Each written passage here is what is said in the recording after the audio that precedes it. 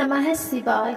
आज हम शिव महापुराण का वायव्य संहिता का उत्तरार्ध का 7वां अध्याय पढ़ेंगे।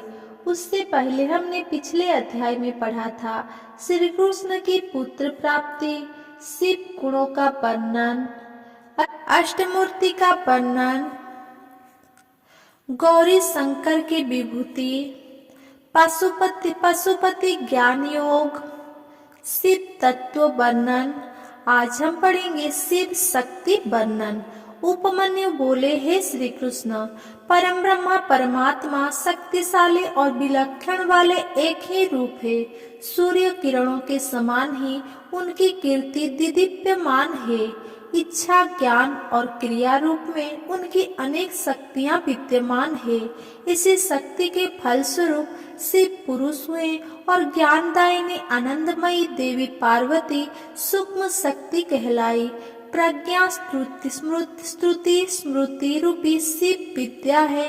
भगवान शिव ही वैद्य है। भगवान शिव की शक्ति विश्व को मोहने वाली और मुक्ति प्रदान करने वाली है। अपने हृदय में शिव शक्ति के स्वरूप का ध्यान करने वालों को परम शांति प्राप्ति होती है। शिव शक्ति का तादात्म्य संबंध है। मुक्ति की कामना करने वालों के लिए ज्ञान एवं कर्म की आवश्यकता नहीं है। मुक्ति तो भगवान शिव और देवी पार्वती के प्रसन्न होते ही प्राप्त हो जाती है। भगवान शिव के प्रसन्न होते ही मुक्ति सुलभ हो जाती है। भगवान शिव की भक्ति उन्हें प्रसन्न करती है। देवादिदेव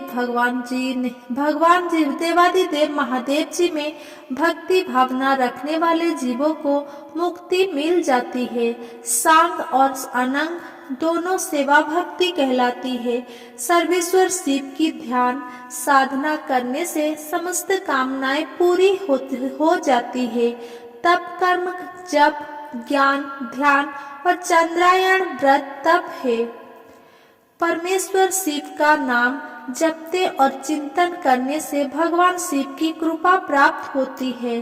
शिव शास्त्रों में भी इस ज्ञान का वर्णन है। 8वां अध्याय व्यासावतार। श्री कृष्ण जी बोले, हे महर्षि, अब आप वेदों का सार सुनाइए। ये सुनकर उपमन्यु बोले, हे श्री कृष्ण, जब सर्वेश्वर शिव ने सृष्टि का निर्माण करने की इच्छा की, उस समय उन्होंने सर्वप्रथम ब्रह्मा जी को पैदा किया और उन्हें सृष्टि रचने का उपदेश दिया। ब्रह्मा जी ने वन और आश्रम की व्यवस्था की। फिर यज्ञार्थ सोम रचना की। सोम द्वारा स्वर्ग बना। तत्पश्चात सूर्य, पृथ्वी, अनल, यज्ञ, विष्णु और इंद्र आदि देवता हाथ जोड़कर उनकी स्तुति करने लगे। परमात्मा ने जब देवताओं के ज्ञान का हरण कर लिया था, तब सब देवता भगवान रुद्र से पूछने लगे कि आप कौन हैं। तब रुद्रदेव बोले, हे देवगण, मैं पुराणों पुरुष त्रिकाल बाधित भूत भविष्य वर्तमान में रहने वाला हूँ। मैं ही सबका नियंता हूँ। ये कहकर रुद्रदेव अंतर्ध्यान हो गए। देवता आश्चर्यचकित होकर देखने लगे। फिर सोम मंत्र से आराध्य भगवान शिव और देवी पार्वती की वे स्तुति करने लगे। देवताओं की स्तुति सुनकर देवादिदेव महादेव जी ने देवी पार्वती सहित उन्हें दर्शन दिए।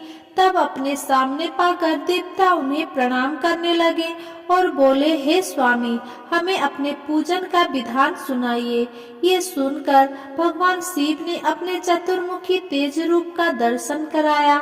शिव जी का अद्भुत स्वरूप देखकर देवताओं ने शिव जी को सूर्य और देवी पार्वती को चंद्रमा मानकर अर्घ्य प्रदान किया। तब देवताओं को शिव तत्वों का अमृतमय ज्ञान देकर पार्वती अंतर्ध्यान हो गए। 9वां अध्याय शिव शिष्य का वर्णन।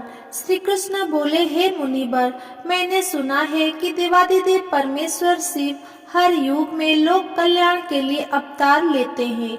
इन अवतारों में उन्होंने किसे अपना शिष्य बनाया है, उनके विषय में बताइए। तब मुनि उपमन्यु बोले, श्री कृष्ण जी श्वेत, सुतार, मदन, सुहत्र, कड़क, लौगाक्षी, महामायाग्नि जैगिव सभ्य दधिवाह ऋषभ मुनि उग्र अत्रि सुपालक गौतम वेदगिरिशिरा मुनि गोकर्ण गुहावासी शिखंडी जटामाली अट्टहास दारुक लांगुली महाकाल सूली दंडी मुंडीस सहिष्णु सोम शर्मा और नकुलीश्वर ये 12 कल्प के इस 7वें मनन्वर में युग क्रम के 28 योगाचार्य प्रकट हुए हैं। इनमें से प्रत्येक के शांतचित वाले 4 शिष्य हुए हैं जो श्वेत से लेकर रुष्य पर्यंत बताए गए हैं। मैं उनका क्रमशः वर्णन करता हूँ, सुनो। श्वेत श्वेतासिक श्वेताश्व श्वेतलोहित दुदुर्भी शतरूप रुचिक केतुमान विकेश विपास पासनासन सुमुख दुर्मुख दुर्गम दुर्तिक्रम सनत कुमार सनक सनंदन सनातन सुधामा बीरजा शंख अंडज सारस्वत मेघवाहा सुवाहक कपिल आसुर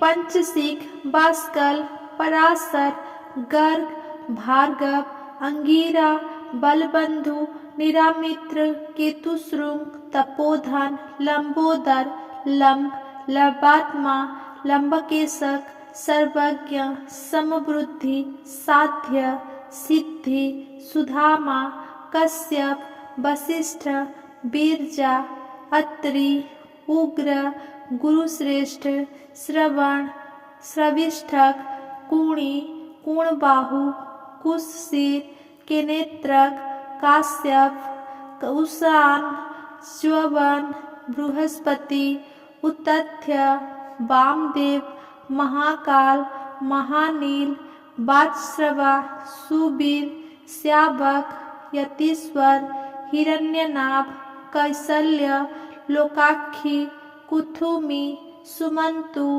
जौमिनी कुबंध कुशकंधर प्लक्ष्य दार्भायणी केतुमान गौतम भल्लवी मधुपिंग श्वेतकेतु उसीज बृहदस्व देवल कवि शालिहोत्र सुबेश युवनाश्व शरदस्यु छगल कुंभकर्ण कुंभ प्रवाहुक उल्लूक विद्युत शंभुक आश्वलायन अक्षपाद कणाद उल्लूक वत्स्य कुशिक गर्ग मित्रक और सस्य ये योगाचार्य रूपी महेश्वर के शिष्य है। इनकी संख्या 112 है। ये सब के सब सिद्ध पाशुपात है। इनका शरीर भस्म से विभूषित रहता है। ये संपूर्ण शास्त्रों के तत्वज्ञ वेद और वेदांगों को पारंगत विद्वान शिवाश्रम में अनुरक्त शिव ज्ञान परायण सब प्रकार की आसक्तियों से मुक्त एकमात्र भगवान शिव में ही मन को लगाए रखने वाले संपूर्ण द्वंद्वों को सहने वाले धीर सार्वभूत हितकारी सरल कोमल स्वस्थ क्रोध शून्य और जितेंद्रिय होते हैं। रुद्राक्ष की माला ही उनका आभूषण है। उनके मस्तक त्रिपुंड से अंकित होते हैं। उनमें से कोई तो शिखा के रूप में ही जटा धारण करते हैं। किन्हीं के सारे केस ही जटा रूप होते हैं। कोई कोई ऐसे हैं जो जटा नहीं रखते हैं और कितने ही सदा माथा मुड़ाए रखते हैं। वे प्राय फल मूल का आहार करते हैं, प्राणायाम साधन में तत्पर होते हैं। मैं शिव का हूँ इस अभिमान से युक्त होते हैं, सदा शिव के ही चिंतन में लगे रहते हैं। वे अपनी कठोर साधना से संसार रूपी विष वृक्ष के अंकुर को मत देते हैं। फलस्वरूप संसार बीज का ही नाश हो जाता है। इसे ही समस्त प्रकार के कर्मों का क्षय कहते हैं। ऐसे में स्थूल सूक्ष्म शरीरों के कारण हमारा शरीर भी विकलित हो जाता है। इसी को मुक्ति और मोक्ष कहते हैं। जो योगाचार्य इस स्थिति को प्राप्त हो जाते हैं वे सदा परम धाम में जाने के लिए ही कटिबद्ध होते हैं। जो योगाचार्य सहित इन शिष्यों को जान मानकर सदा शिव की आराधना करता है वो शिव का सायुज्य प्राप्त कर लेता है। इसमें कोई अन्यथा विचार नहीं करना चाहिए। 10वां अध्याय शिवोपासना निरूपण। श्री कृष्ण जी बोले, हे महर्षि, भगवान शिव से देवी पार्वती ने क्या प्रश्न किया और शिव जी ने उसका क्या उत्तर दिया। तब उपमन्यु बोले, हे श्री कृष्ण जी, एक दिन पार्वती जी ने भगवान शिव से पूछा, हे स्वामी, आप प्राणीजन पर किस प्रकार प्रसन्न होते हैं। तब शिव जी बोले, हे प्रिय, मुझे प्रसन्न करने का एकमात्र साधन श्रद्धा भक्ति है। मैं कर्म, जप, यज्ञ और समाधि से इतना प्रसन्न नहीं होता जितना भक्ति पूर्ण आराधना से। जिस भक्त के मन में श्रद्धा हो वो मेरा दर्शन, स्पर्श, पूजन एवं मेरे साथ वार्तालाप भी कर लेता है। अतः जो मुझे अपने बस में करना चाहे उसे पहले मेरे प्रति श्रद्धा करनी चाहिए। श्रद्धा ही स्वधर्म का हेतु है और वही इस लोक में सभी वर्णों की रक्षा करता है। जो अपने वर्णाश्रम के धर्मों का पालन करता है उसी को मुझ में श्रद्धा होती है, दूसरों को नहीं। धर्म के मार्ग का अनुसरण करके विद्वजन की श्रद्धा भावना बढ़ती है।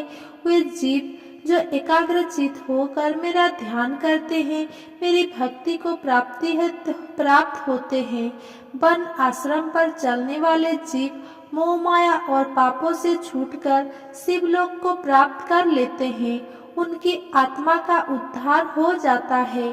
सनातन धर्म के ज्ञान, क्रिया, चर्या और योग नामक 4 पद है।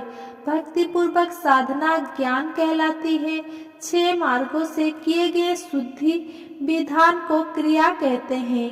वर्णाश्रम युक्त विधि से पूजन अर्चन को चर्या कहा जाता है।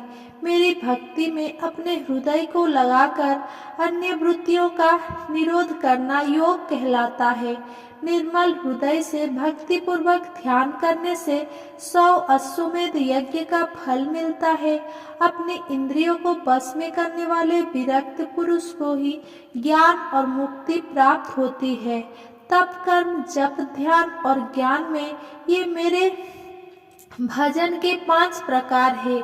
पूर्व वासना बस ब्रह्मा अथवा अभ्यंतर जिस पूजन में मन का अनुराग हो उसी में दृढ़ निष्ठा रखनी चाहिए।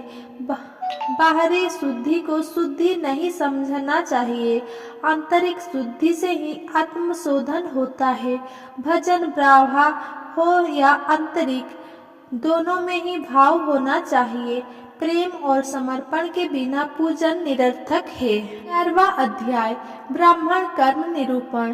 त्रिलोकीनाथ परमेश्वर शिव बोले, हे देवी, 3 बार नहाना, अग्नि कर्म करना, लिंग पूजा, दान, ईश्वर भाव, दया भाव, सत्य, संतोष, आस्तिकता, अहिंसा, लज्जा, श्रद्धा, पढ़ना पढ़ाना, उपदेश, ब्रह्मचर्य, श्रवण, तप, क्षमा, शौच आदि वर्ण धर्म है। ब्राह्मणों के लिए क्षमा, शांति, संतोष, सत्य, असत्य, ब्रह्मचर्य, तत्व ज्ञान, वैराग्य, भस्म सेवन, सर्वसंग में निवृत्ति आदि परम आवश्यक है। ब्रह्मचारियों को रात्रि में भोजन नहीं करना चाहिए। क्षत्रियों को दान नहीं लेना चाहिए। सभी वर्णों की रक्षा करना, शत्रुओं पर विजय, दुष्टजनों वध, ऋतुकाल में स्त्री गमन, सेना रक्षा एवं मेरे भक्तों पर पूर्ण विश्वास करना आदि क्षत्रिय धर्म है। वैश्य धर्म गौ रक्षा, व्यापार और खेती करना है। सभी वर्णों की सेवा करना शूद्र का धर्म है। गृहस्थियों को अपनी गृहस्थी का ध्यान रखना चाहिए। ब्रह्मचारियों को ब्रह्मचर्य, पत्नियों को पति आज्ञा का पालन करना चाहिए। विधवा स्त्रियों को भूमि शयन, धर्म व्रत, दान, तप, शांति का पालन करना चाहिए। वो चतुर्दशी, पूर्णमासी और एकादशी का व्रत करना चाहिए। मेरी आराधना करने वाले प्राणीजन को ओम नमः शिवाय मंत्र का जाप करना चाहिए। अगर मेरा ये वीडियो आपको पसंद आया हो तो मेरा वीडियो को लाइक, कमेंट, शेयर करें एंड मेरा चैनल को सब्सक्राइब करें। धन्यवाद।